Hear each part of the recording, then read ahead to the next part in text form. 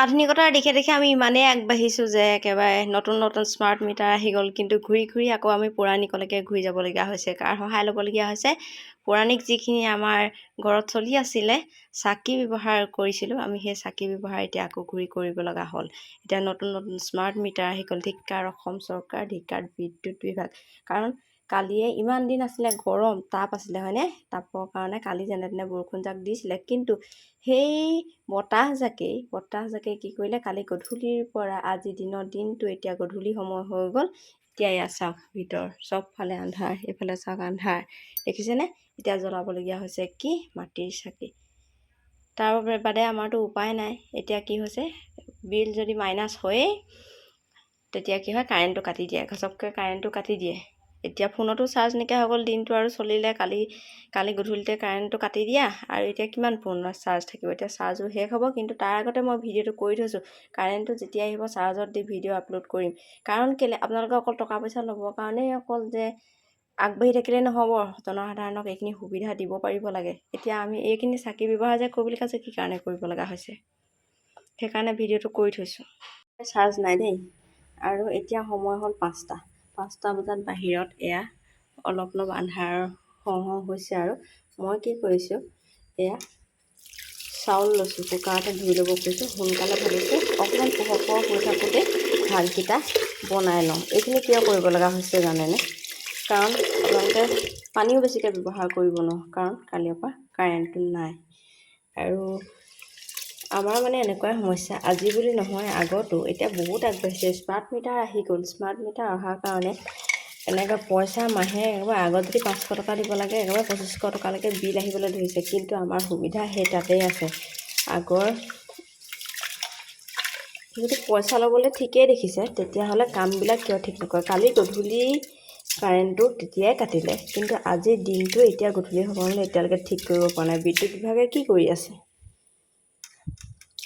বিদ্যুৎ বিভাগটোৱে আচলতে কি কৰি আছে যে আজি এটা ৰাতি এটা দিন পাৰ হৈ গ'ল, এতিয়ালৈকে একো কাম কৰিব পৰা নাই। তেওঁলোকে কাৰেণ্টটো দিব পৰা নাই।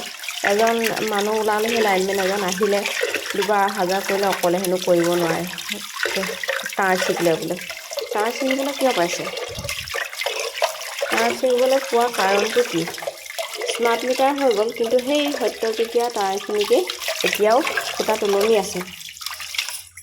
আৰু সেই তাঁৰখিনি অলপমান বতাহ আহিলে ছিগি যাবলৈ ধৰিছে। তেতিয়াহ'লে তাৰ ফলত কি হ'ব? ৰাস্তাই পদূলিয়ে কেতিয়াবা যাওঁতেই মানুহৰ গাতে পৰি পিনি বিদ্যুৎস্পৃষ্ট হৈ পিনি মানুহ মৰিব। আৰু এতিয়া কি হৈছে, কাৰেণ্টটো দিয়া নাই। আৰু বিদ্যুৎ বিভাগৰ মানুহে মানে কোনো কথাত গুৰুত্ব নিদিয়ে। কালিৰ পৰা ফোন কৰি হাইৰাণ হৈ গ'ল, এতিয়ালৈকে কাৰেণ্ট দিব পৰা নাই। এতিয়া কি কৰিছে, আন্ধাৰ হোৱাৰ আগতে ভাত বনাবলগীয়া হৈছে। এতিয়া ভাত বনাবলৈতো কাৰেণ্ট দিয়ে নিদিয়ে ক'ব নোৱাৰি নহয়। ঠিক কৰিব পাৰিলে দিব, নাইলে নাই। ইপিনে আজিকালি চব সুবিধা কৰি দিয়া হ'ল কাৰেণ্টতে। পানীও ওপৰলৈ উঠাবলৈ কাৰেণ্ট লাগে, চব কৰিবলৈ কাৰেণ্ট লাগে। এতিয়া কাৰেণ্ট নাই, পানীও নাই। পানী যিৰকম মই ব্যৱহাৰ কৰিছোঁ, ভয় হৈছে গধূলিলৈ যদি পানী নাইকিয়া হৈ যায়। সেইটো যি আছে তাকে ভাতকেইটা বনাই মোটামুটি গধূলিকৈ খাব পৰা অৱস্থা কৰি থওঁ। আৰু এফালে ফোনত নাই চাৰ্জ, আনফালে ইনভাৰ্টাৰ কালিয়ে অফ হৈ গ'ল। এতিয়া মানে দোকানো বন্ধ কৰি দিব লাগিব, কাৰণ দোকান পোহৰ থকালৈকেহে মানে কাম কৰিব পাৰিব, আন্ধাৰততো নোৱাৰে। আৰু মমডাল জ্বলাই কিমান বৰ কাম কৰিব? মই ভাতৰ ওচৰতে ভাত বনাবলৈ আহিলে মম জ্বলাই কি কাম কৰিম? 5 টকীয়া মমডাল আগত যিমানটো আছিলে, এতিয়া তাত থাকি চুটি অকণমানি হৈ গ'ল। এতিয়া আৰু সেইডালেও একো কাম কৰিব নোৱাৰি। জ্বলাবাহে শেষেই হ'ব 5 মিনিটতে। মোটামুটি দিনতে ভাতকেইটা বনাই লৈছোঁ। আৰু মোৰ ফোনটোৰ চাৰ্জো মানে 20% তললৈ আহিলে। আৰু এতিয়া মই দোকানলৈ গৈ পিনি মম আনিলোঁ। মমডাল এয়া পাকঘৰত কুকাৰ পাতিছোঁ, ভিতৰবোৰ চব আন্ধাৰ, মম জ্বলাইছোঁ। আৰু এতিয়া ভাবিছোঁ আমাৰ ৰুমত মানে মিঠাতেলৰ চাকি এগছ জ্বলাই থৈ দিওঁ। নহ'লে মানে কি কৰিম, মম জ্বলাইতো এইডাল মম এতিয়া জ্বলাইছিলোঁ নুমাই শেষেই হ'ব। মিঠাতেলৰ চাকিকে জ্বলাই থৈ দিওঁ। মোটামুটি খং উঠিছে, তেওঁলোক হেনো আহি পিনি গুচি গ'লি, আজি হেনো কাম কৰিব আৰু নোৱাৰে। কিন্তু আমাৰ কথা অকণমান চিন্তা কৰি লৈছিলে, ৰাইজৰ কথা হয় নাই বাৰু? তেনেকৈতো নহ'ব। কথাষাৰ কৈ দিলে তেওঁলোকক চৰকাৰে দৰমহা দি ৰাখিছে, কামখিনি কৰিব নাই হয়। বহুত কাম হৈছে, তথাপিতো মানুহতো আছে, চব সদায়তো এনেকুৱা কাম নোলায় ন। খালি বতাহ বৰষুণ দিলে, গতিকে বাৰু কিবা অসুবিধা হৈছে, গছ পৰিছে, সেইখিনি কাম কৰিবলৈ ৰাইজেও সহায় কৰি দিয়ক বুলি কৈ পিনি তেওঁলোকে কামখিনি কৰি দিব লাগিছিলে। কাৰণ আজিকালি কাৰেণ্ট নহ'লে একো কামেই নহয়। আৰু এতিয়া আন্ধাৰ, পানীৰ অভাৱ, মোবাইলৰ চাৰ্জ নাই। এতিয়া এনেকৈ এতিয়া দোকানলৈ গৈছিলোঁ, দোকানলৈ বন্ধ কৰিব লাগিব, সোনকালে বোলে কি লাগে লৈ লওক বোলে, এনেকৈ বুলি কৈছে। এইখিনি হৈছে আমাৰ অৱস্থা আজি। মানে আমাৰ কেনেকুৱা অৱস্থা হৈছে সেইখিনি মানে ভিডিঅ'টো কৰি ৰাখিছোঁ। ফোনটো অফ হ'ব আৰু বিশেষ সময় নাই। আৰু কি অৱস্থা আছে, আমাৰ শুন যে আন্ধাৰত আছে, কান্দিছে। তাৰ ওচৰলৈ যাওঁ এতিয়া। বৰ্তমান সময়ত আধুনিকতাৰ দিশে ইমানেই আগবাঢ়িছোঁ, কিন্তু অতীতলৈ আকৌ উভতি গৈ যাব লগা হৈছে।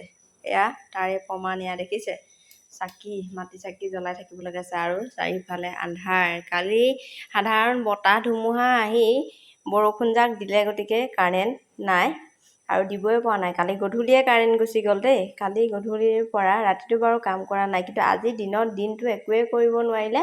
আৰু বৰঞ্চ এতিয়া গধূলি পৰত আহি পিনি কৈছেহি বোলে আজি বোলে কাম বোলে আপোনালোকৰ নহ'ব বোলে, সেনে বুলি কৈছে। কিন্তু আপোনালোকে ভাবি চাওকচোন, আজিকালি বাৰু কাৰেণ্টৰ নহ'লে মানুহে কিবা এটা কৰিব পাৰে নাই? পানীৰ কাৰণে কাৰেণ্ট, ফোনৰ পৰা আদি কৰি দোকানখন চলাবলৈ কাটা চাৰ্জ নাই। আজি কি চব কথাতে কাৰেণ্ট নহ'লে একোৱেই কাম নহয়।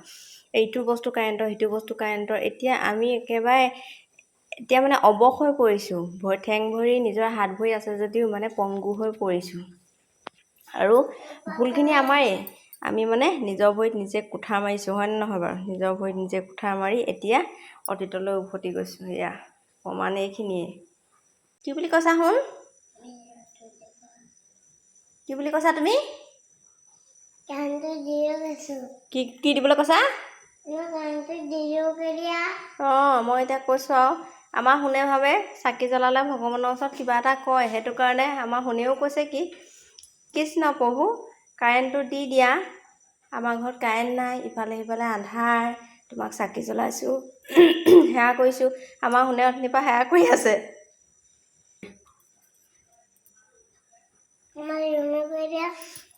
কৃষ্ণ প্ৰভু। মোনো কি কৰিবলৈ কৈছা? কি কৰিবলৈ কৈছা? কাৰেণ্টটো দিবা, সেইদৰে কৈছা।